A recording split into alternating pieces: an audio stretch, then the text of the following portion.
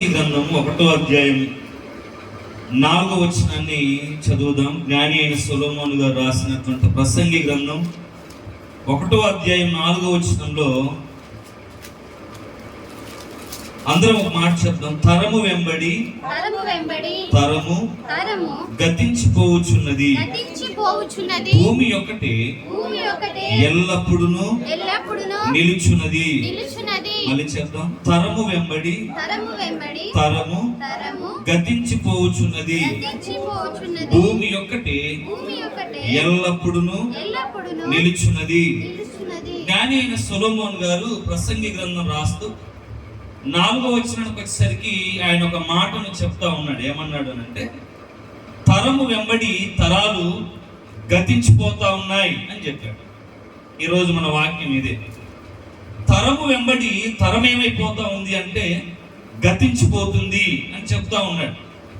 చెప్పి భూమి ఒకటే ఎల్లప్పుడూ నిలుస్తుంది, కానీ భూమి కింద ఉన్నటువంటి తరాలు ఒకదాని ఒకటి వెనక ఒకటి గతించిపోతుంది అని ఆయన చెప్తా ఉన్నాడు. గతించిపోవటం ఆ మాటకు అర్థం ఏంటి అని అంటే నాశనం అయిపోవడం లేదా అంతరించిపోవడం, కంటికి కనిపించకుండా పోవడం. తరము అనే మాటను కనుక మనం ఆలోచన చేస్తే 30 సంవత్సరాలు ఒక తరముగా పిలుస్తాం. 35 సంవత్సరాలని ఒక తరముగా పిలవచ్చు. ఇక్కడ భక్తుడు ఏమన్నాడంటే, తరము వెంబడి తరం ఏమైపోతా ఉంది అని అంటే గతించిపోతుంది. ఏం చెప్పాడు ఆయన? తరము వెంబడి తరము గతించిపోతా ఉంది, నాశనం అయిపోతా ఉంది. ఒక మాట చెప్పాలి అంటే తరము అన్నాడు, కానీ వస్తువులు గతించిపోతున్నాయి అని చెప్పలేదు ఆయన. ఏం గతించిపోతున్నాయని చెప్పలేదు ఆయన. చెప్పాలి. ఏమి వస్తువులు గతించిపోతున్నాయని చెప్పలేదు, ఆస్తులు గతించిపోతా ఉన్నాయి అని చెప్పలేదు, నీకున్నటువంటి మేడ మిద్దలు గతించిపోతా ఉన్నాయి అని చెప్పలేదు ఆయన.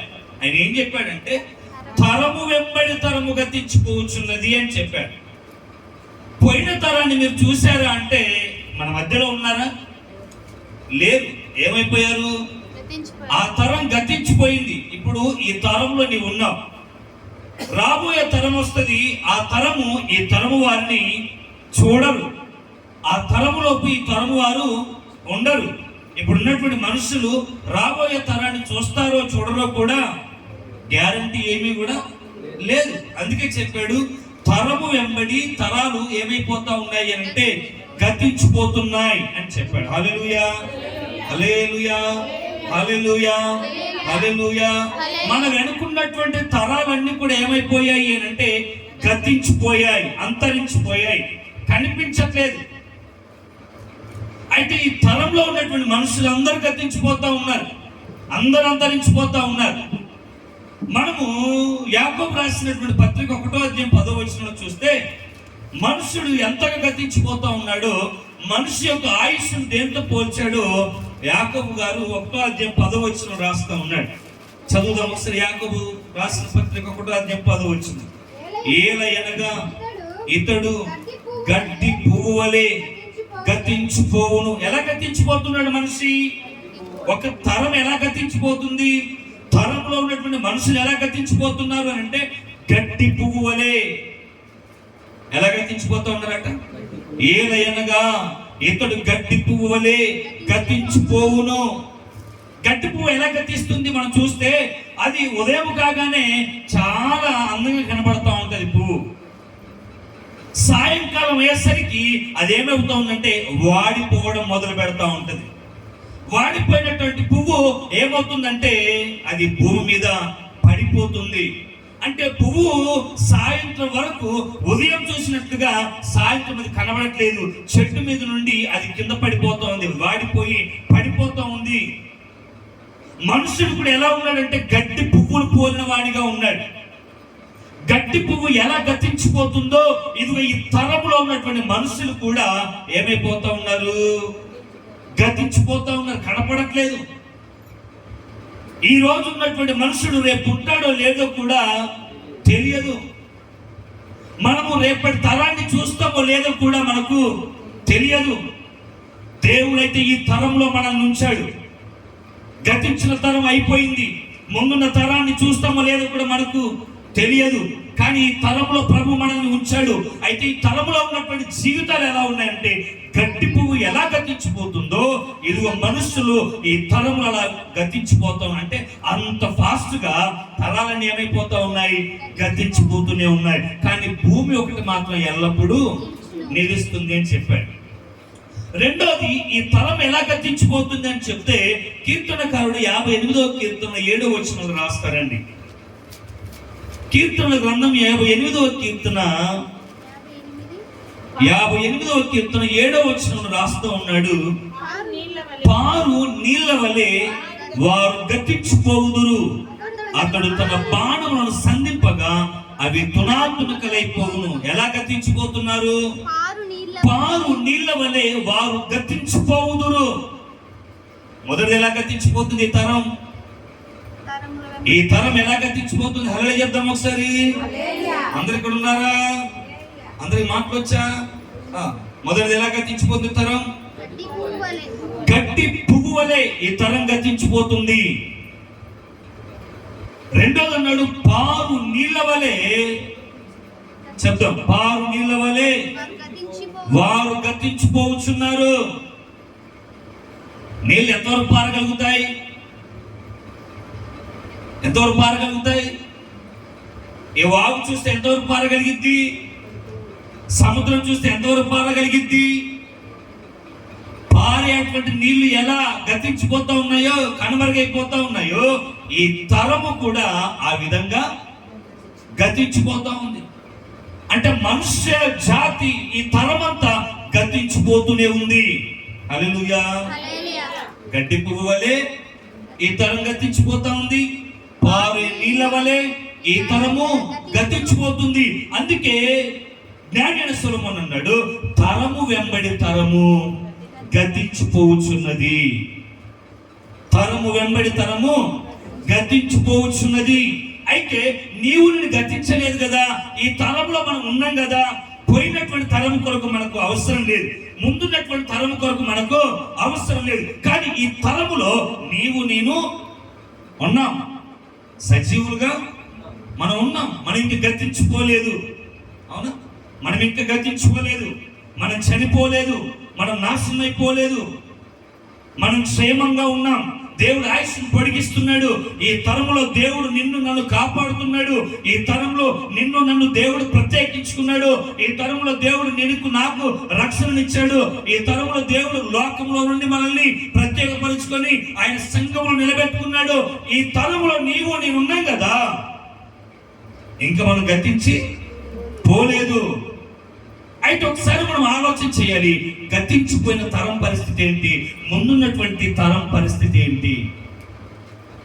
ఈ తరములో దేవుడు నిన్ను ప్రత్యేకించుకున్నప్పుడు, ఈ తరములో దేవుడు నిన్ను తన మహిమ కొరకు వాడుకున్నప్పుడు, ఈ తరములో దేవుడు నిన్ను తన పని కొరకు పిలుచుకున్నప్పుడు, ఈ తరము కొరకు నువ్వు ఏం చేయగలుగుతా ఉన్నావు? ఈ తరము పట్ల నీకు ఉన్నటువంటి ఆలోచన ఏంటి?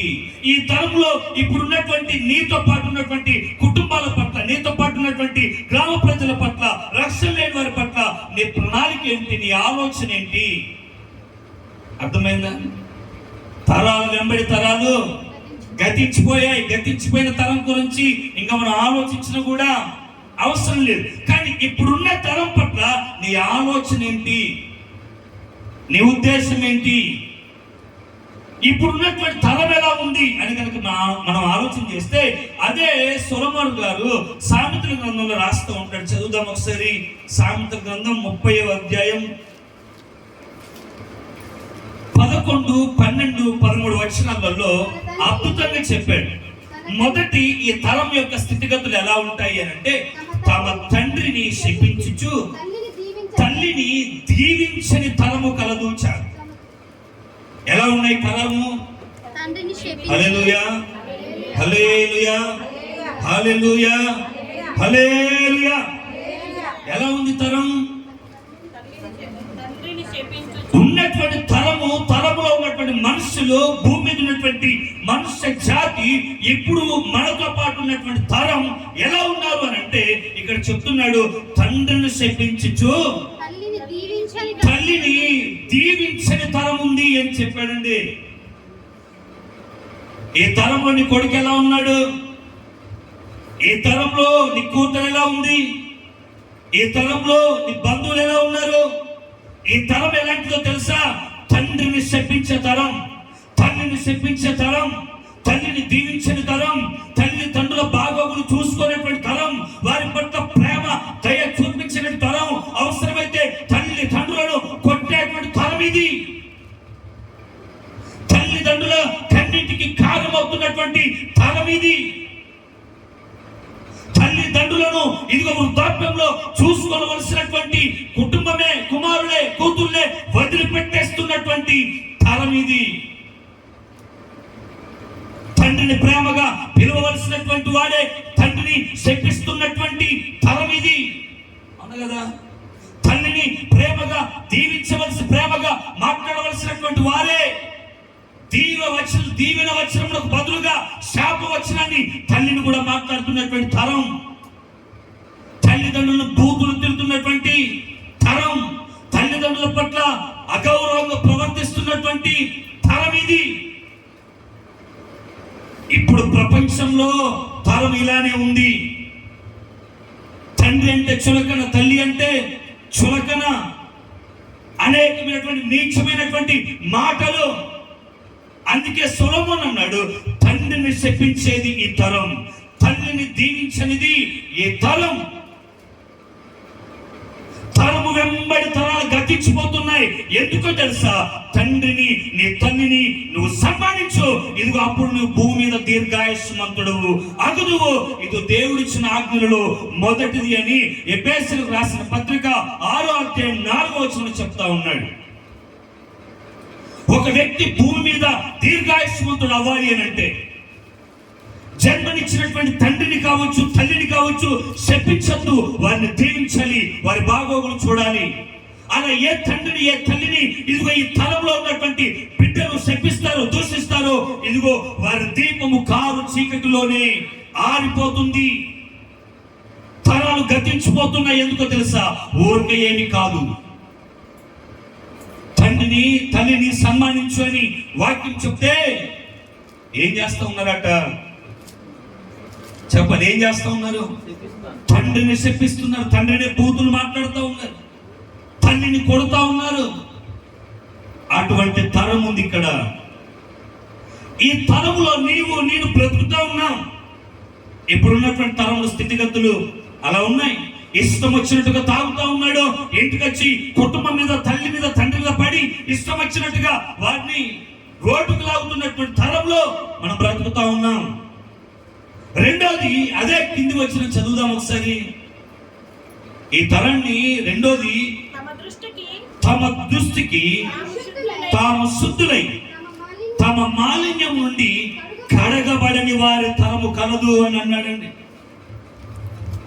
రెండోది, ఈ తరం ఎలాంటిదంటే ఇదిగో మాలిన్యము చేత నింపబడిన తరం. పాపమును మాలిన్యం, వ్యభిచారమును మాలిన్యం, జూదమును మాలిన్యం, దొంగతనమును మాలిన్యం, మాలిన్యము కడగబడని వారి తరము కలదు. తమ దృష్టికి తాము శుద్ధులై తమ మాలిన్యము కడగబడని తరము కలదు అని చెప్తా ఉన్నాడు. అంటే ఇప్పుడు ఉన్నటువంటి తరం ఎలా ఉంది అంటే ఇదిగో మా దృష్టికి మేము బాగానే ఉన్నాం, మాకంటే నీతిమంతుడు లేడు, మాకంటే గొప్పవాడు లేడు, మాకంటే ఉన్నతమైన వాడు లేడు. తమ దృష్టికి తాము జ్ఞానం అనుకుంటా ఉన్నారు. తమ దృష్టికి తాము ఏమనుకుంటా ఉన్నారు? కడగబడిన వారం, మేము శుద్ధమైపోయాము అని అనుకుంటా ఉన్నారు. కానీ వాక్యం చెప్తుంది ఈ తరం ఎలా ఉంది అంటే మాలిన్యము చేత నింపబడిన తరం ఇది. మలినము చేత నింపబడిన తరం. నేటి తరం చూస్తే ఎవరి బిడ్డలు కావచ్చు, వృద్ధులు కావచ్చు, మాలిన్యం చేత నింపబడడానికి వయస్సు భేదం ఏమీ అవసరం లేదు. ఈ తరము ఎలా ఉంది అంటే వయస్సు వచ్చిన వారు మాలిన్యం చేత నింపబడుతున్నారు, యవన ప్రాయంలో ఉన్నటువంటి వారు మాలిన్యం చేత నింపబడుతూ ఉన్నారు. ఇదిగో ఇప్పుడే వయస్సుకు వచ్చు ఎదుగుతున్నటువంటి వారు కూడా మాలిన్యం చేత నింపబడుతున్నటువంటి తరం ఇది. ఒక్క మాటలు చెప్పాలంటే పాపము పేరుకుపోయినటువంటి తరం, పాపం ఏలుబడి చేస్తున్న తరం, పాపములోనే జీవితాలు కొనసాగిస్తున్నటువంటి తరం, పాపమును ఇదిగో వారికి ఇచ్చగా ప్రేమగా చూసుకుంటున్నటువంటి తరం ఇది. ఈ తరం ఎలా ఉంది? ఎలా ఉందంట తరం? హల్లెలూయా. ఎలా ఉంది తరం? చెప్పలు ఎలా ఉంది? తమ దృష్టికి తామే శుద్ధులం అనుకొనొచ్చు మాలిన్యం నుండి కడగబడిన తరం ఇది. ఏదో ఒక మలినం ఇదిగో జీవితాన్ని అలుముకుంటా ఉంది. ఏదో ఒక మలినంలో ఇదిగో సమస్త మనుషులందరూ కూడా పడిపోతూ ఉన్నారు.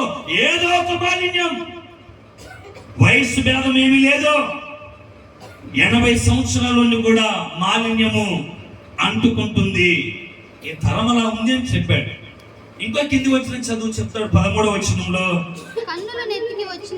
కన్నులు నెత్తికి వచ్చిన వారి తరము కలదు, వారు కనురెప్పలు ఎంత పైకెత్తబడి ఉన్నవి. ఏ తరం ఇది? ఏ తరం ఇది?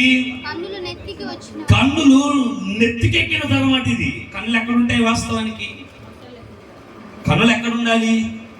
దేవుడు కన్నులు ఎక్కడ పెట్టాడు? ఏవో ఇక్కడ పెట్టాడు 2 కన్నులు. కానీ ఇక్కడ ఏం చెప్తా ఉన్నాడు?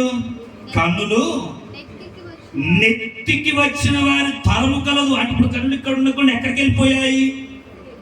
ఎక్కడికి వెళ్ళిపోయాయి ఇప్పుడు అంటే దాని అర్థం ఏంటి? అక్కడే చెప్పాడు, ఇదిగో వారి కన్ను రెప్పలు, వారి కన్ను రెప్పలు ఎంత పైకెత్తబడి ఉన్నవి. కన్నులు నెత్తికి వచ్చిన తరం అంటే గర్వంతో నింపబడిన తరం, గర్వం, అహంకారం, మాకంటే గొప్ప, మాకంటే ధనికుడు, మాకంటే అందం, మాకంటే చదువు, మాకంటే ఉద్యోగం, మాకంటే సంపాదన. ఇదంతా ఏంటి? కన్నులు నెత్తికెక్కడం అంటే ఇదే. కన్నులు నెత్తికెక్కడం అంటే ఇదే. కొంచెం దేవుడు ఆశీర్వదిస్తే ఆగదు ఈ తరం, కొంచెం దేవుడు శిక్షించిన ఊరుకోదు ఈ తరం. కన్నులు నెత్తికెక్కిన తరం అంటే ఇది. ఏ తరం? కన్నులు నెత్తికెక్కిన తరం ఇది. బబులోని దేశాన్ని పరిపాలిస్తున్నటువంటి రాజు నెబుకద్నెజరు కన్నులు నెత్తికెక్కాయి. ఎక్కడికి? ఇక్కడ ఉన్న కళ్ళు ఇక్కడికి ఎత్తాయి. అక్కడికి ఎక్కితే ఒకనొక దినాన సువిశాలమైన మహాబబులను చూసి అనుకుంటున్నాడు తన మనసులో, ఇదిగో ఇది నా ఘనత కొరకు నేను కట్టించుకున్నటువంటి ఇదిగో నా రాజ్యం కదా అని తన మనసులో తను అనుకుంటా ఉన్నాడు.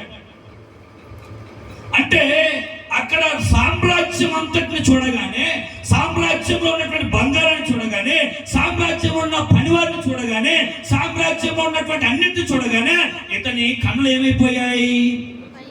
నెత్తికెక్కాయి. దేన్ని చూసి? సువిశాలమైన బబులోను మహాసామ్రాజ్యాన్ని చూసి కన్నులు నెత్తికెక్కేశాయి.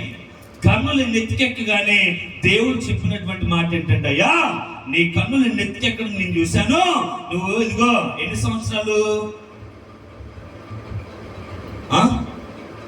సంవత్సరాలు? పశువు వల్ల గడ్డి మేస్తావు. ఇదిగో నీ తల ఆకాశపు మంచుకు తడిసిద్ది, ఎండకు ఎండుతావు, వర్షానికి నాటుతావు. ఇదిగో పశువు వల్ల నీవు గడ్డిని మేస్తావు, అడవుల్లో సంచారం చేస్తావు. ఎందుకు వెళ్ళిపోయాడు తెలుసా నెబుకద్నెజరు? కన్నులు నెత్తికెక్కిన తరం. ధనాన్ని చూస్తే కన్నులు నెత్తికెక్కుతాయి, బంధువులను చూసుకొని కన్నులు నెత్తికెక్కుతాయి. అప్పుడప్పుడు మనకి పిచ్చి ఉంటది. క్రైస్తవుల్లో కూడా ఈ జాగ్రత్త, ఇంకా ఏమంటారు, ఈ స్వభావం పోలేదు. ఏది?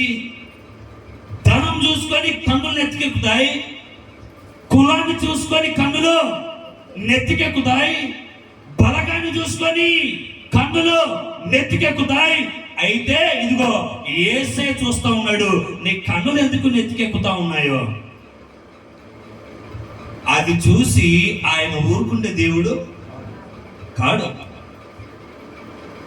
3 సందర్భాలు చెప్పాడు. ఒకటి, ఈ తరం ఎలాంటిది అని అంటే, తండ్రిని తల్లిని శపించే తరం, దీవించినటువంటి తరం.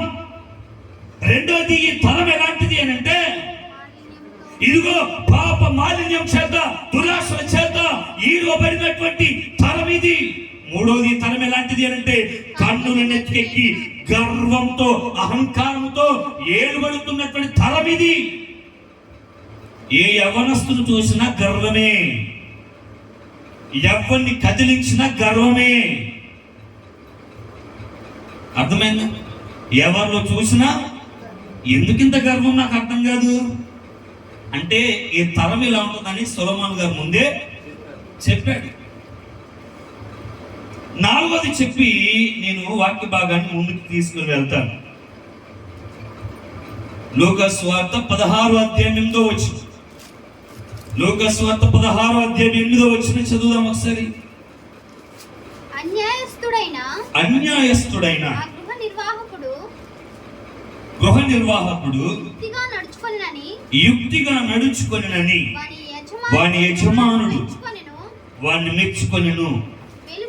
వెలుగు సంబంధుల కంటే ఈ లోక సంబంధులు తమ తరమును బట్టి చూడగా యుక్తి పరులై ఉన్నారు అని చెప్పాడండి.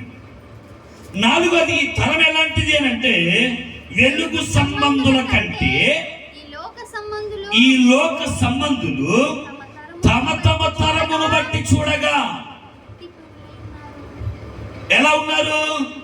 యుక్తి పరులై ఉన్నారు, కుయుక్తి పరులై ఉన్నారు, తంత్రబద్ధుల వారై ఉన్నారు, మోసం చేయవారై ఉన్నారు, కుటుంబాలను పాడు చేయవారై ఉన్నారు. వెలుగు సంబంధుల కంటే ఈ లోక సంబంధులు, హల్లెలూయా, వెలుగు సంబంధుల కంటే ఈ లోక సంబంధులు తమ తరమును బట్టి చూడగా ఎలా ఉన్నారట? యుక్తి పరులై ఉన్నారు. హల్లెలూయా, హల్లెలూయా, హల్లెలూయా. ఎన్ని తరాలను చూసాం ఇప్పుడు మనము? మన తరములో మనుష్య జాతి మనుగడ ఇలా ఉంది. ఈ భూమి మీద మనిషి ఈ విధంగా బ్రతుకుతా ఉన్నాడు. ఎలా బ్రతుకుతా ఉన్నాడు? తండ్రిని తల్లిని శపిస్తున్నటువంటి తరం, తిడుతున్నటువంటి తరం, కొడుతున్నటువంటి తరం. రెండోది, తమ దృష్టికి తాము శుద్ధులమని అనుకొనుచుంటూ మాలిన్యము చేత నింపబడినటువంటి తరం ఇది. మూడోది, కన్నులు నెత్తికెక్కిన తరం, అనగా గర్వంతో అహంకారంతో నింపబడిన తరం. మూడోది, ఇదిగో వెలుగు సంబంధుల కంటే ఈ లోక సంబంధులను చూసినప్పుడు వారు యుక్తి పరులై ఉన్నారు. వారు యుక్తి పరులై ఉన్నటువంటి తరం ఇది. ఇప్పుడు ఒకసారి మనం ఆలోచన చేద్దాం. ఈ తరములో ఈ 4 స్వభావాలు మనలో ఉన్నాయా? సరే పోనీ, ఈ తరములో నీ కుటుంబంలో ఉన్న వారి పరిస్థితి ఏంటి? ఈ 4 ఎందులో ఉన్నారు నీ కుటుంబంలో ఉన్నటువంటి వారు? ఈ తరములో ఈ 4 చెప్పినటువంటి లక్షణాల్లో లోకంలో ఉన్నటువంటి మనుషులను చూస్తే ఈ 4 లక్షణాలు లోకంలో కనబడతా ఉన్నాయి. ఈ 4 లక్షణాలు ఈ తరంలో మనం కూడా బ్రతుకుతా ఉన్నాం కదా, మనలో ఉన్నాయా? ఈ 4 లక్షణాలు మనలో ఉన్నాయా? కన్నులు నెత్తికెక్కింది ఒకటి, తమ దృష్టికి తాము నీతి మంత్రం అనుకొని కూడా మాలిన్యంలో బ్రతుకుతున్నటువంటి తరము, తండ్రిని శపించి తల్లిని దూషిస్తున్నటువంటి తరము, ఇతరుల పట్ల కుయుక్తితో ఆలోచిస్తున్నటువంటి తరం. ఈ 4 నీలో ఉన్నాయా? హల్లెలూయా, హల్లెలూయా. ఉన్నాయా 4? ఉన్నాయో లేదో ఆలోచన చేయి. ఈ తరంలో ఉన్నటువంటి పరిస్థితులు ఈ 4 ఏలుబడి చేస్తూ ఉన్నాయి. అయితే ఈ తరంలో ఒకవేళ మనలో ఈ గుణాలు ఉంటే, ఇక్కడ ఒక మాట అన్నాడు, వెలుగు సంబంధుల కంటే. ఏమన్నాడు? వెలుగు సంబంధుల కంటే. చదువు, ఈ లోకమును ఈ లోక సంబంధులు తమ తరమును బట్టి చూడగా. ఇప్పుడు నువ్వు ఏ సంబంధివి? మనం ఏ సంబంధులము? అమ్మ ఇక్కడ ఉన్నారా? మనం ఏ సంబంధులము? వెలుగు సంబంధులమా లోక సంబంధులమా? చెప్పాలి. మనం ఏ సంబంధులము? వెలుగు సంబంధం. నువ్వు వెలుగు సంబంధివా లోక సంబంధివా? చెప్పండి అమ్మా, ఏ సంబంధి నీవు? ఎవరి సొత్తు నీవు? వెలుగు సొత్తా చీకటి సొత్తా? వెలుగు సొత్తు. దేవుని సొత్తా దయ్యం సొత్తా? దేవుని సొత్తు. దేవుని సొత్తే కదా. అయితే ఇక్కడేమన్నాడు? వెలుగు సంబంధుల కంటే ఈ లోక సంబంధిలోనే ఇదిగో యుక్తిపరులుగా కనబడుతూ ఉన్నారు. ఇప్పుడు నువ్వు వెలుగు సంబంధి అయితే నీలో ఈ 4 లక్షణాలు, హల్లెలూయా, వెలుగు సంబంధులం అయితే ఈ 4 లక్షణాలు ఉండవు. ఒకవేళ ఉన్నాయి అని అంటే మనం ఇంకా ఏ సంబంధులము? లోక సంబంధివి. అంటే అర్థం ఏంటి అని అంటే గొర్రె బొచ్చు కప్పుకున్నటువంటి తోడేలు.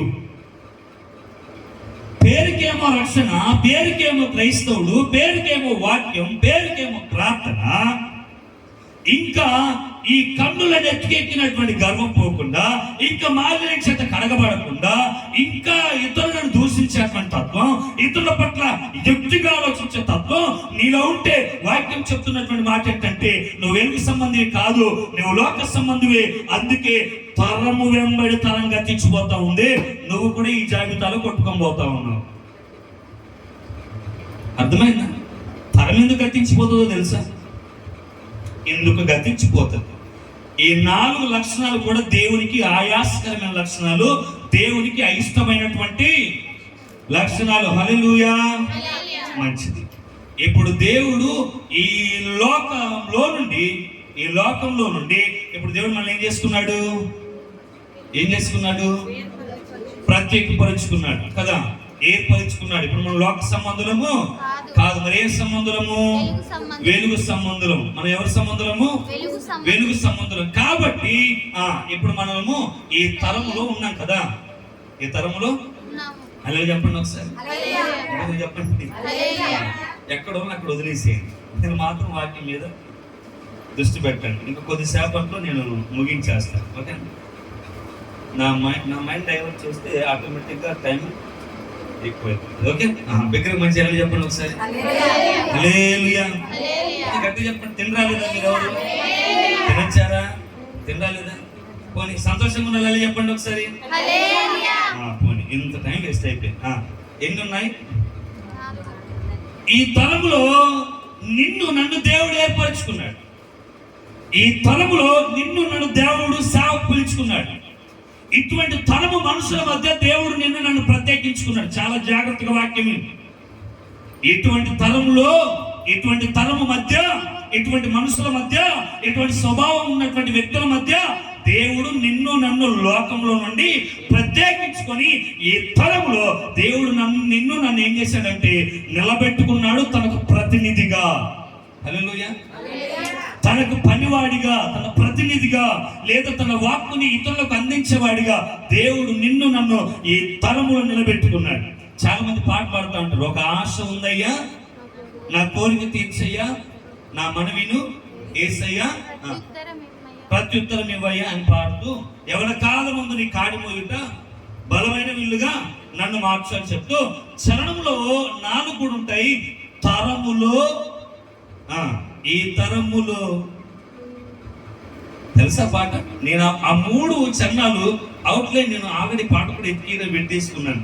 అక్కడ నాకు ఏమన్నారంటే మొదటి చరణంలో యూదుల రక్షణకై రాజు శాసనమును మార్చి ఎస్తేరు ఆశను తీర్చిన దేవా అని చెప్పి, ఈ తరములో మా మనవులు ఆలకింపగా.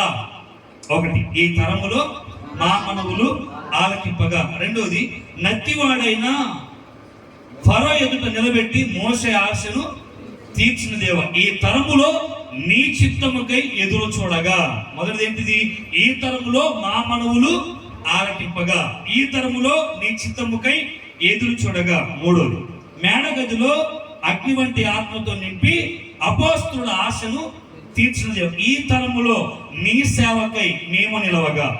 ఇక్కడ ఈ వాక్యాన్ని చదువుతా ఉంటే ఈ పాట నాకు గుర్తొచ్చేసిందండి. ఆయన ఏ ఉద్దేశంతో ఈ పాట రాశాడు నాకు తెలియదు, కానీ మంచి మాటలు చెప్పాడు. ఎస్తేరు ఆశ తీర్చావు, మనవులు ఆలకించి, ఇదిగో ఈ తరములో, ఇదిగో మా మనవులు నువ్వు ఆలకించు ప్రభువా అని పాడాడు. రెండోది, మోషేను నువ్వు వాడుకున్న నత్తివాడైనప్పటికీ ఇదిగో మాకు కూడా ఒక ఆశ ఉంది, ఈ తలములో నీ చిత్తముకై మోషే వల్ల మేము వాడబడాలి అని రాశారు. రెండోది, మేడగదిలో 120 మంది కూర్చున్నప్పుడు వారి ఆశను తీర్చే పరిశుద్ధాత్మను వారి మధ్యలోకి పంపించి ఈ తలములో నీ సేవకై మేము నిలబడాలంటే అగ్ని వంటి ఆత్మ చేత మమ్మల్ని నింపు అంటే ఇక్కడ మనం చూస్తే ఈ తరములో మా మనవులు ఆలకించాలి, ఈ తరములో నీ చిత్తాన్ని మేము చేయాలి, ఈ తరములో నీ సేవలు మేము చేయాలి. భక్తుని ఆశ ఏంటంటే ఈ తరములో దేవుని కొరకు ఏదో చేయాలి అనేది తపన. హల్లెలూయా, హల్లెలూయా. ఆలోచన ఏంటి? ఈ తరములో నేను దేవుని కొరకు ఏదో ఒకటి చేయాలి, ఈ తరములో నేను దేవుని కొరకు ఏదో ఒక పని చేయాలి, ఈ తరములో నా వంతుగా నేను ఇదిగో ఏదో ఒక కార్యాన్ని దేవుని కొరకు చెయ్యాలి. ఇది ఆలోచన. నీ తరములో నీ ఆలోచన ఏంటి? నీ తరం పట్ల నీ ప్రణాళిక ఏంటి? నువ్వెలా ప్రార్థన చేస్తావు? దేవుడిని ప్రత్యేకించుకున్నాడు కదా, దేవుడు తనకు పని కొరకు నిలబెట్టుకున్నాడు కదా. ఈ తరములో నిన్ను సేవకుడిగా, ఈ తరములో సేవకురాలుగా, ఈ తరములో సంఘ సభ్యులుగా దేవుడు నిలబెట్టుకున్నాడు కదా. నీ ఆశ ఏంటి? ఈ తరం కోసం నువ్వేం చేస్తావు? ఈ తరంలో నువ్వెలా బ్రతుకుతావు? ఈ తరము కొరకు నీ ప్రణాళిక ఏంటి? ఈ తరము కొరకు దేవుని దగ్గర నీ ప్రార్థన ఏంటి? అసలు ఏం చేస్తా ఉన్నావు?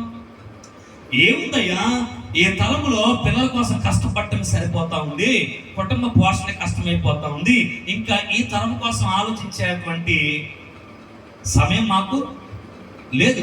అదేగా మన సమాధానాలు. ఈ తరంలో ఏముంది? 5 ఎకరాల పొలం వేసుకున్నాను, ఆ దాంట్లో పడి చచ్చిపోవడమే మాకు ఈ తరానికి ఉన్నటువంటి. నీకంటూ ఈ తరం కోసం ఏదైనా చేయాలని ఆశ ఉందా? నా మాట అర్థమవుతుందా? ఈ తరము కొరకు నువ్వు ఏదైనా చేయాలనుకుంటున్నావా?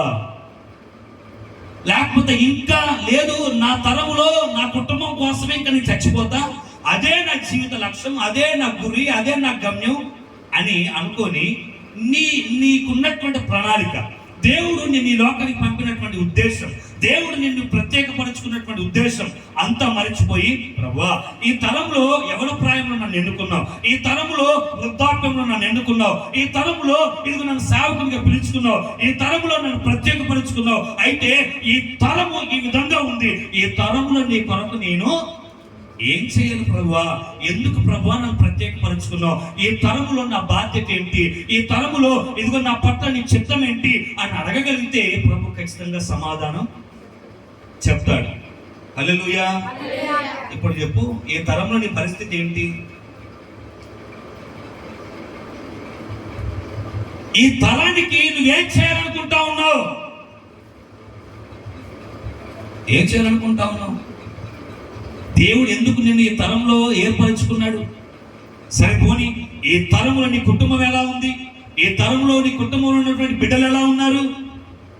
ఇది కూడా మనము ఆలోచన చేయవలసిందే. తరము వెంబడి తరం గతించిపోతా ఉన్నా కూడా ఇంకా మనకి ఏంటి అని అంటే మెలకువ లేదు. పోని తరం గతించిపోతే నాకేంటి, ఎవడెక్కడ పోతే నాకేంటి అంటే ఈ తరము మీద దేవుడు నిన్ను ఇదిగో ఒక ప్రయోజకునిగా నిలబెట్టాడు. ఈ తరం పట్ల నిన్ను జవాబుదారిగా దేవుడు నిన్ను నిలబెట్టాడు. ఈ తరం కోసం దేవుడు నిన్ను ఏర్పరచుకున్నప్పుడు ఈ తరము పట్ల నీకు ఆలోచన ఖచ్చితంగా ఉండాలి. లేకపోతే మాత్రం నువ్వు లోక సంబంధివే, లేకపోతే లోక సంబంధే. చూద్దాం, ఇప్పుడు వాక్య భాగంలోకి వెళ్ళిపోదాం. దేవుడు ఎందుకు ఈ తరంలో నిన్ను నన్ను ఎన్నుకున్నాడు? దేవుడు ఎందుకు నిన్ను నన్ను ఈ తరంలో ఎన్నుకున్నాడు? ఈ తరంలో మనం చేయవలసిన 3 పనులు చెప్పిన వాక్య భాగాన్ని నేను ముగించేస్తాను. అపోస్తుల కార్యంలో 13వ అధ్యాయం 36వ వచనంలో, అపోస్తుల కార్యం 13వ అధ్యాయం 36వ వచనంలో ఒక వ్యక్తిని పరిచయం చేస్తా ఉన్నాడు. అపోస్తుల కార్యం 13వ అధ్యాయం 36వ వచనం. దావీదు దేవుని సంకల్పము చొప్పున తన తరము వారికి సేవ చేసి నిద్రించి తమ పితరుల యొద్దకు చేర్చబడి కొనిపోయెను. చాలు. ఏమన్నాడు? ఇక్కడ ఒక వ్యక్తిని మనకు పరిచయం చేస్తా ఉన్నాడు. ఏంటంట? దావీదు. చెప్పండి ఒకసారి. దావీదు. మనసు చెప్పండి. ఇక్కడ నీ పేరు పెట్టుకో. ఎంత అర్థం వస్తుంది, ఎంత బాగుంటది. ఇక్కడ ఒక మాట చెప్తా ఉన్నాడు, దావీదు. తన సంకల్పం చొప్పున కాదు కదా. ఎవరి సంకల్పం చొప్పున? దేవుని సంకల్పం చొప్పున, దేవుని చిత్తము చొప్పున, దేవుని ప్రణాళిక చొప్పున, దేవుని ఆలోచన చొప్పున, దేవుని ఉద్దేశం చొప్పున ఏం చేశాడు? ఏం చేశాడండి? ఏం చేశాడు? తన తరము వారికి సేవ చేసి నిద్రించి తన పితరుల యందుకు చేర్చబడ్డాడు. అయిపోయింది. దావీదు బ్రతుకున్నటువంటి దినాల్లో తన తరము వారి కొరకు దేవుని సంకల్పం చొప్పున సేవ చేశాడట. ఏం చేశాడు? సేవ చేశాడు. ఎవరి సంకల్పం చొప్పున? ఎవరి సంకల్పం చొప్పున? దేవుని సంకల్పం చొప్పున. ఏం చేశాడు? ఏం చేశాడు? సేవ చేశాడు. ఎవరికి చేశాడు? కుటుంబం కోసం ఉంది ఇక్కడ. చెప్పండి. కుటుంబం కొరకు సేవ చేసి చచ్చిపోయాడు ఉందా? ఎవరి కోసం చేశాడు? తన తరము వారికి సేవ చేసి నిద్రించాడు, చనిపోయాడు, పితరుల యొద్దకు చేర్చబడ్డాడు. అంటే బ్రతికున్నంత సేపు దావీదు ఏం చేశాడు అంటే దేవుని సంకల్పం ఏంటో తెలుసుకున్నాడు. దేవుని సంకల్పం తెలుసుకొని ఇదిగో దేవుని సంకల్పం ప్రకారం సేవ చేస్తా ఉన్నాడు తన తరం వారి కొరకు. హల్లెలూయా, హల్లెలూయా. ఇప్పుడు దావీదు తరంలో దావీదు తన తరం వారికి సేవ చేశాడు. అయిపోయింది. నీ తరంలో నువ్వేం చేయాలి? హల్లెలూయా. నీ తరంలో నీ తరం వారికి నువ్వేం చేయాలి? చెప్పండి అమ్మ, ఏం చేయాలి? సేవ చేసి నీవు కూడా నిద్రించి కొనిపోబడాలి. పోయిన తర్వాత ప్రభు అడిగేది ఇదే, నీ తరములో నేను పెట్టాను కదా, నీ తరం వారికి ఏం సేవ చేసావు? నువ్వు ఏం సేవ చేశావు? నీ తరములో దేవుడు నేను ఎన్నుకున్నాడు. ఈ తరములో దేవుడు తన సేవ కొరకు నేను పిలుచుకున్నాడు. ఈ తరములో దేవుడు నిన్ను ఇదిగో అనేకులకు ఆశీర్వాదకరంగా నిన్ను నన్ను చేశాడు. ఇప్పుడు మనం చేయవలసిన పనిని మనం మర్చిపోతా ఉన్నాం. మనం చేయవలసినటువంటి ఆలోచనలు మనము విస్మరిస్తూ ఉన్నాం. ఇదిగో దేవుడు నన్ను నా తరములో నశించిపోతున్న తరము కొరకు, ఇదిగో తండ్రిని తల్లిని శపిస్తున్న తరం కనబడుతూ ఉంది, పాప మాలిన్యంలో ఉన్నటువంటి తరం కనబడుతూ ఉంటే, కన్నులు నెత్తి కిందకి ఎక్కినటువంటి తరం కనబడతా ఉంది, యుక్తిగా నడుచుకుంటున్నటువంటి తరం కనబడతా ఉంటే, అయ్యో ఈ తరము కొరకు నేను ఏదో ఒక పని చెయ్యాలి. ఈ తరము వారిని ఏ విధంగానైనా నేను రక్షించాలి. ఈ తరము కొరకు ఇదిగో సాధ్యమైనంత మట్టుకు నేను ప్రయాసపడాలి. ఈ తరము వారిని ఇదిగో దేవుని యొద్దకు నడిపించాలి అని ఈ తరము కొరకు నువ్వు సేవ చేయగలగాలి. అర్థమైందా? తరం వెంబడి తరం గతించిపోతా ఉంటే నీకు ఇంకా చలనం లేదు. తరం వెంబడి తరం గతించిపోతా ఉంటే నీ కుటుంబంలో ఉన్న వారిని ఆలోచించు. నీ కుటుంబంలో ఉన్న వారిని నాశనం అయిపోతుంటే నీకు చలనం లేదు. నీ కుటుంబంలో ఉన్న వారే పారైపోతుంటే నీకు చలనం లేదు. కానీ వాక్యం చెప్తుంది, ఈ తరం వారికి మనం ఏం చేయాలంట? సేవ చేసి మనము తండ్రి యొద్దకు. నువ్వు బ్రతుకున్నావు. ఎంతవరకు ఎంతమంది సేవ చేసేది? ఈ తరం కొరకు నువ్వు చేసిన సేవ ఏంటి? ఈ తరములో నీ కుటుంబాన్ని, నీ కుటుంబంలో ఉన్నటువంటి వారు ఏ సేవ చేస్తూ ఉన్నారు లోకానికి? లేదు. ఇకనైనా మన తరాన్ని మనం కాపాడుకోవాలి. ఇకనైనా మన తరాన్ని మనము రక్షించుకోవాలి. ఇకనైనా ఇటువంటి తరంలో ఉన్నటువంటి మనుషులను దేవుని యొద్దకు మనము ఏర్పాటు చేయాలి, పోగు చేయాలి. ఇది మన బాధ్యత.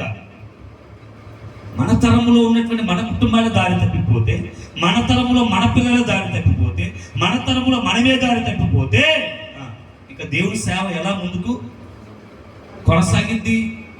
అందుకే చెప్పాడు దావీదు దేవుని సంకల్పం చొప్పున తన తరము వారికి సేవ చేసి చచ్చిపోయాడు. దేవుని సంకల్పం చొప్పున. నీ సంకల్పం పనికిరాదు, నీ ఆలోచన పనికిరాదు, నీ ఉద్దేశాలు పనికిరావు. ప్రభువా, ఈ తరములో నా పట్ల నీ సంకల్పం ఏంటి? ఇదిగో నా తరములో, ఇదిగో నా తరము వారి కొరకు నేను సేవ చేసి నిద్రించాలని ప్రార్థన పూర్వకంగా మనము ఉండాలి. అసలు దావీదు తరములో దావీదు చేసినటువంటి సేవ ఏంటి? ఏ సేవ చేశాడంటారు దావీదు గారు? ఏం చేశాడు? బాగా ప్రార్థన చేశాడు, అదే పెద్ద సేవ. ఏం చేసి ఉన్నాడు? ఈ రోజుల్లో సేవ అంటే కూడా అర్థం కాకుండా, అర్థం లేకుండా అయిపోయింది. సేవ అంటే ఎలా ఉంది అని అంటే, ఆదివారం సంఘం నడిపిస్తే సేవ అంతేనా? ఒక మాటలో ఆదివారాన్ని సంఘాన్ని నడిపిస్తే సేవ. అట్లా అనుకుంటే మిషనరీలు చేసేది అదెంత సేవ, అదెంత ఘనమైన సేవ. కుటుంబాలను వదిలిపెట్టి, భార్య పిల్లలను వదిలిపెట్టేసి, ప్రాణాలను కూడా ప్రభు కోసం వదిలిపెట్టేసి ఎక్కడో వెళ్ళిపోయి సేవ చేస్తా ఉన్నారే, అదంతా ఉన్నతమైన సేవ.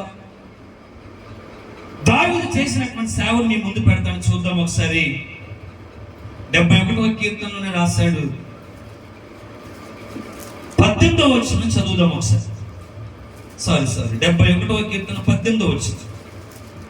కీర్తనలో 71:18వ వచనం. దేవా, వచ్చు తరమునకు నీ బాహుబలమును గూర్చి, పుట్టబోవు వారందరికీ నీ శౌర్యమును గూర్చి నేను తెలియజెప్పినట్లు తల నెరిసి వృద్ధుడనయ్యుండు వరకు నన్ను విడవకు.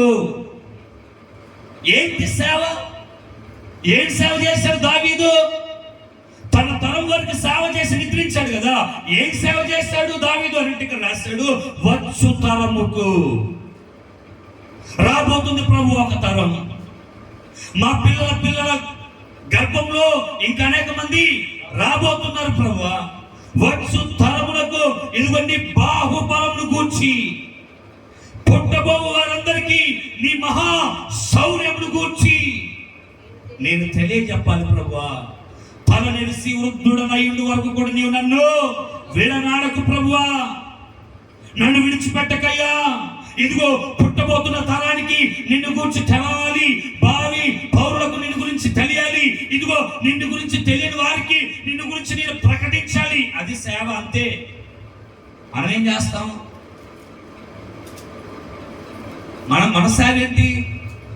అదే ఇక్కడ చెప్పింది, వచ్చు తరముకు. ఒక తరం రాబోతుంది. మనతో ఈ తరం అంతరించిపోతుందా? హల్లెలూయా. మనతో ఈ తరం అంతరించిపోతుందా? పోదు. ఇంకో తరం ఖచ్చితంగా వస్తుంది. ఎగ్జాంపుల్గా ఇప్పుడు పెళ్లి చేసుకున్నటువంటి వారు ఉన్నారు, వారి గర్భంలో నుండి కదా ఇంకో తరము. ఇప్పుడు దావీదు ఆలోచన తెలుసా? వచ్చు తరానికి నీ బాహుబలాన్ని గురించి చెప్పాలి, నీ శౌర్యం గురించి నేను ప్రకటించాలి. అంటే దేవా, నిన్ను గురించి తెలియని వారికి నేను ప్రకటించాలి. అది సేవ. నీ బలాన్ని గురించి నేను చెప్పాలి, నీ శౌర్యం గురించి నేను చెప్పాలి. 78వ కీర్తన 5వ వచనం చదువు ఒకసారి. 78వ కీర్తన 5వ వచనం. రాగల తరములలో పుట్టబోవు పిల్లలు దాని నెరుగునట్లు వారు లేచి తమ పిల్లలకు దాన్ని వివరించినట్లు వీరును దేవుని యందు నిరీక్షణ గలవారై దేవుని క్రియలు మరవకయుండి. రాగల తరములలో నిన్ను గురించి తెలియాలి అని అంటే, రాగల తరానికి నీ బాహుబలం గురించి తెలియాలి అంటే, రాగల తరములకు నీ శౌర్యమును తెలియాలి అని అంటే, రాగల తరములకు దేవుని వాక్యం అందించబడాలి అని అంటే, రాగల తరములలో దేవుని స్వార్థ ప్రకటించబడాలి అని అంటే, రాగల తరములలో అనేకులు దేవుని ఎదుగు రావాలి అని అంటే, ఇదిగో ప్రభువా, తల నెరిసిన వృద్ధుడనయ్యుండు వరకు నీవు నా చెయ్యి విడవకు. హల్లెలూయా, హల్లెలూయా. తరాలు ఇంకా రాబోతున్నాయి. ఎప్పుడే పిల్లలు ఎదుగుతా ఉన్నారో ఒక తరం, ఇంకా తరాలు రాబోతున్నాయి. ఈ తరంలో నీ పనేంటి? హల్లెలూయా. నీ పనేంటి తరంలో? చెప్పండి అమ్మ, ఈ తరంలో నీ పని ఏంటి? ఏంటి నీ పని ఏంటి ఇప్పుడు? ఏం చేయాలి? హల్లెలూయా. ఏం చేయాలి ఈ తరంలో? ఈ తరంలో నీవు ఉన్నావు, ఈ తరంలో నీవు ఉన్నావు. ఇప్పుడు నువ్వేం చేయాలి? రాబోతున్నటువంటి తరానికి దేవుని గురించి నువ్వు స్వార్థ ప్రకటించాలి. హల్లెలూయా. ప్రకటిస్తున్నావు రాబోయే తరానికి? రాబోయే తరానికి దేవుని పరిచయం చేస్తా ఉన్నావా? నీ ఇంట్లో తెలియని వారు ఉన్నారు, వారికి నువ్వు దేవుని పరిచయం చేస్తా ఉన్నావా? తెలియని వారిని దేవుని మందిరానికి నడిపించడానికి ప్రయాసపడుతున్నావా? ఇది సేవ. నశించిపోతున్న ఆత్మను దేవుని మందిరానికి నడిపించిన సేవ, నశించిపోతున్న వారికి దేవుని స్వార్థ ప్రకటించిన సేవ, పాపంలో కూరుకుపోతున్న వారికి పాపం నుంచి విడిపించిన సేవ. ఇదిగో అనేకులు విగ్రహారాధన చేస్తా ఉన్నారు, నిజ దేవుని పరిచయం చేయడం సేవ. ఇదంతా మానేసి కుటుంబము, పిల్లలు, బాధ్యతలని, నీకున్నటువంటి దేవుని ప్రణాళికను విడిచిపెట్టేసి ఆదివారం వచ్చి కూర్చోవడం ఈ తరంలో నువ్వు చేస్తున్నటువంటి సేవ కాదు. దేవుడు మెచ్చే సేవ ఇది అసలు కానే కాదు. ఈ తరానికి నువ్వు ఏదో ఒకటి చేయాలి. హల్లెలూయా. ఒక తీర్మానం తీసుకోవాలి. ప్రభువా, నేను బ్రతుకున్నప్పుడు నా తరములో ఇదిగో నీ కొరకు నేను ఏదో ఒకటి చేయాలి, ఏదో ఒకటి చేయాలి. ఏం చేస్తావు దేవుని కొరకు? ఏం చేస్తావు? నాకు అమ్మ సాక్ష్యం చెప్తే ఈ తరంలో ఆ కమిట్మెంట్ నాకు చాలా ఇష్టం. ఆ ఆలోచన తెలుసా? నా తరంలో నా ప్రాంతం కొరకు నేను ఒక మందిరాన్ని అయినా, అది తరము కొరకు ఏదో ఒకటి చేయాలి. ఈ కమిట్మెంట్ ఉండాలి. నా తరానికి నేను ఏదో ఒకటి చేయాలి. రాబోతున్నటువంటి తరం ఆ మందిరంలో ఆరాధన చేయాలి. రాబోతున్నటువంటి పిల్లలకి అది ఆరాధన నిలయంగా మార్చబడాలి. నా కుటుంబానికే అది ఆరాధన నిలయంగా మార్చబడాలి. అనేకుల కొరకు ఇదిగో ఆ ప్రాంతం ఆశీర్వాదకరంగా ఉండాలి. ఇదిగో తరము కొరకు ఏదో ఒకటి చేయాలని వృద్ధాప్యంలో ఉన్నటువంటి అమ్మ ఆలోచిస్తాం చూసారా? అది దేవుని కొరకు సేవ చేసేటువంటి తత్వం. ప్రత్యక్షంగా మైక్ పెట్టి వాక్యం చెప్పకపోయినప్పటికీ పరోక్షంగా దేవుని కొరకు, తన తరం వారి కొరకు మందిరం కట్టబడాలని తీసుకున్న నిర్ణయం చూసారా? అసలు ఆ ఆలోచన ఆమె నిద్రించిన కూడా దేవుని సన్నిధిలో నిశ్చయంగా అర్థమైంది. మన తరంలో ఏం చేస్తా ఉన్నాం? ఈ తరంలో నీ ఆస్తిని ఎంత ఖర్చు పెడతా ఉన్నావు? ఈ తరంలో నీకున్న బలాన్ని ఎంత ఖర్చు పెడతా ఉన్నావు దేవుని కోసం? అసలు ఆలోచించు. నీ తరంలో నీ సమయాన్ని ఎంత ఖర్చు పెడతా ఉన్నావు దేవుని కొరకు? నీ తరంలో దేవుడిని ఆశీర్వదించిన కొరకు, ఆశీర్వదించిన కొలది దేవుడికి నువ్వు ఏం చేయగలుగుతా ఉన్నావు? సేవ చేయడం అంటే వాక్యం చెప్పడం ఒకటి సేవ కాదు, కానీ మనం దేవుని పనిలో ఈ తరములో మనకున్నటువంటి శక్తిని బట్టి, నైపుణ్యతను బట్టి దేవుని కొరకు బ్రతకడం, అనేకులు రక్షణ చేయడమే మనకున్నటువంటి తరంలో దేవుడు మనల్ని ఏర్పరచుకున్నటువంటి దానికి అది ఎలా ఉంటుంది?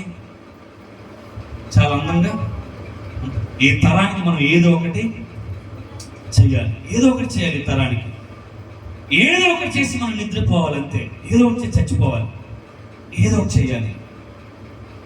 అర్థమైందా? ఇకనైనా ఏదో చేయలేక ఆగిపోయాం. ఎందుకు? ఈ తరానికి, దావీదుకి ఎందుకు ఈ తీవ్రత తెలుసా?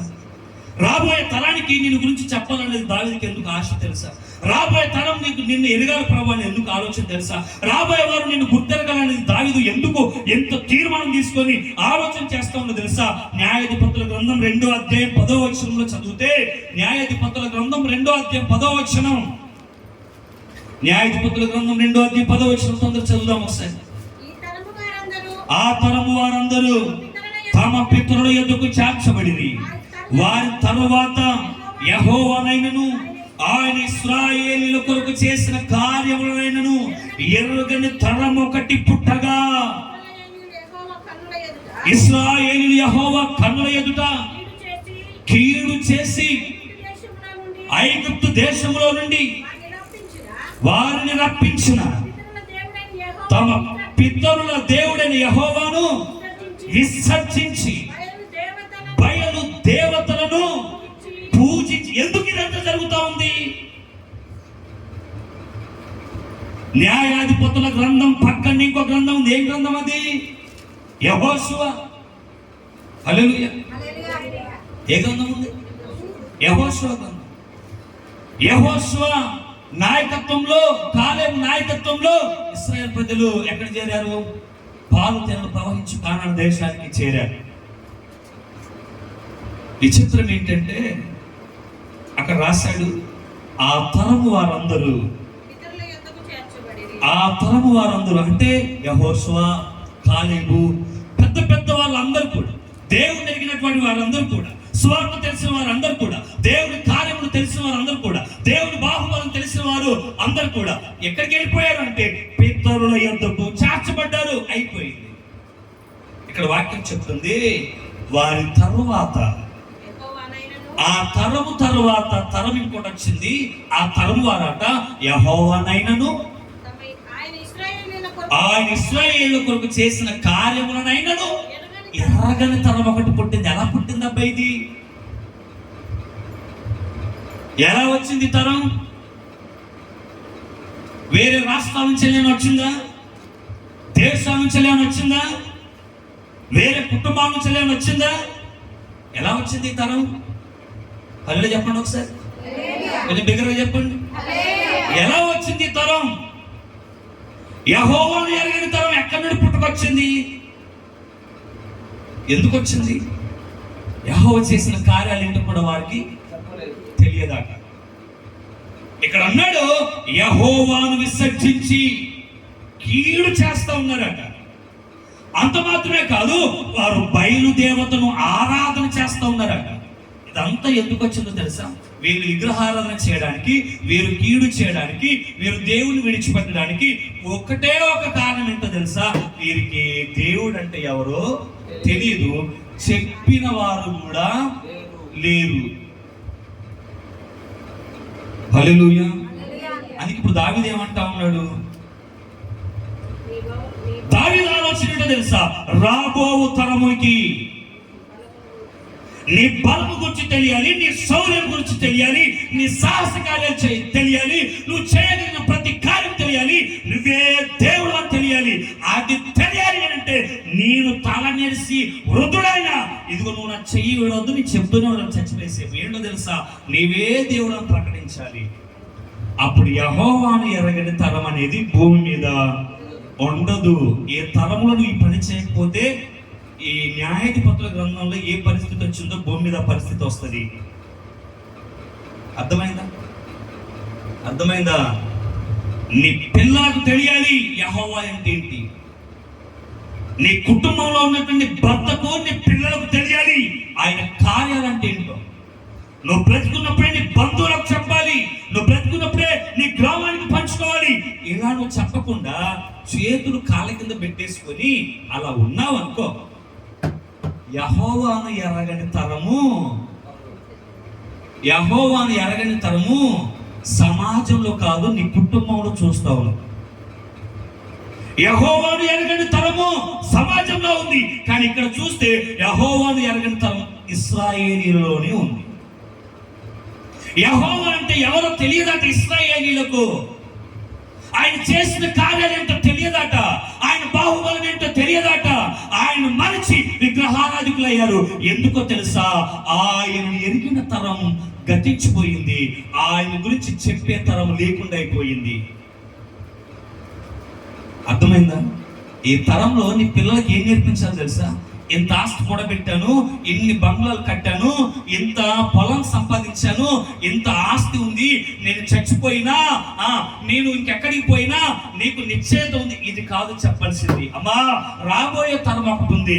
ఈ తరంలో ఇదిగో మీకు నేను ఏ విధంగా యెహోవాను గురించి నేర్పించానో అదే విధంగా మీ సంతానంలో పుట్టబోతున్న వారికి యెహోవా అంటే ఎవరో తెలియకుండా పెంచాలి అని ఉన్న తరానికి తల్లిదండ్రులకు చెప్పాలి.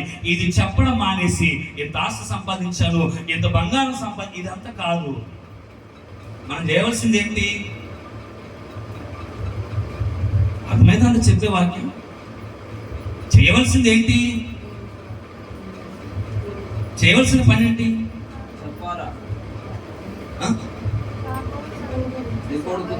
చేయవలసిన పని ఏంటి? రాబోయే తరానికి ఈయనంటే ఎవరో తెలియకుండా ఉండకూడదు అని అంటే ఈ తరములో నువ్వు నిలబడాలి, ఈ తరములో నువ్వు వాడబడాలి, ఈ తరములో నువ్వు ప్రకటించాలి, ఈ తరములో దేవుని కొరకు ఏదో ఒకటి చెయ్యాలి. ఈ తరములో నువ్వు ఇంట్లో ఉంటే యెహోవాని ఎరగని తరం పుట్టుకొస్తుంది. ఈ తరములో నువ్వు మౌనమైపోతే దేవుడు అంటే ఎవరో తెలియని తరము వస్తుంది. ఈ తరములో నేను మౌనంగా ఉండడానికి దేవుడు ఏర్పరచుకోలేదు. ఆమె ఈ తరములో నువ్వు మౌనంగా ఉండడానికి దేవుడు నిన్ను ఏర్పరచుకోలేదు. ఈ తరములో దేవుని కొరకు బ్రతుకుతావని దేవుడు నిన్ను ఏర్పరచుకున్నాడు. ఈ తరములో ఆయన సేవ చేస్తామని దేవుడు ఏర్పరచుకున్నాడు. ఈ తరములో అనేకులకు దేవుడి గురించి చెప్తామని దేవుడు ఏర్పరచుకున్నాడు. ఈ తరములో ఆయన రాజ్య సువార్తలో ఇదిగో విరివిగా నువ్వు ప్రకటిస్తామని దేవుడు ఏర్పరచుకున్నాడు. రాబోయే తరంలో ఆయన ఎరగని జనాంగమే లేకుండా చూడాలని దేవుడిని ఏర్పరచుకున్నాడు. అయితే ఈ ప్రణాళికను నువ్వు మరిచిపోయి ఈ తరంలో విచ్చలవిడిగా బ్రతుకుతా ఉన్నావు. నీవు ఈ తరంలో దేవుని కొరకు ఏదో ఒకటి చేయాలి. ఈ తరంలో దేవుని కొరకు ఏదో ఒకటి చేయాలి. ఈ తరంలో నువ్వు దేవుని కొరకు ఖచ్చితంగా బ్రతకాలి. బ్రతుకుతావా? దేవుని కొరకు బ్రతుకుతావా? నీ గ్రామంలో నీ తరం కొరకు నువ్వు ఏదో చేయాలి. నీ గ్రామంలో నీ కుటుంబంలో దేవుణ్ణి ఎరగని తరం రాకూడదు. రాబోయే రోజుల్లో మళ్ళీ చెప్తున్నాను, దేవుణ్ణి ఎరగని తరం ఈ భూమి మీద ఉండడానికి లేదు. ఇదిగో ఈ దేశమంతా యెహోవా సునాదం చేత నింపబడాలి. ఆ తరములు రావాలి అని అంటే ఈ తరములో నువ్వు లేపబడాలి. దావీదు వలె ఈ తరములో నువ్వు లేపబడకపోతే రాబోయే తరముల గురించి ఆయన చెప్పవలసిన మాటలు చెప్పేవారు ఉండరు. కాబట్టి రాబోయే తరానికి ఆయన గురించి మనము చెప్పాలి. అట్టి దేవుడు మనకు సమృద్ధిగా అనుగ్రహించును గాక. ఆమేన్. హల్లెలూయా.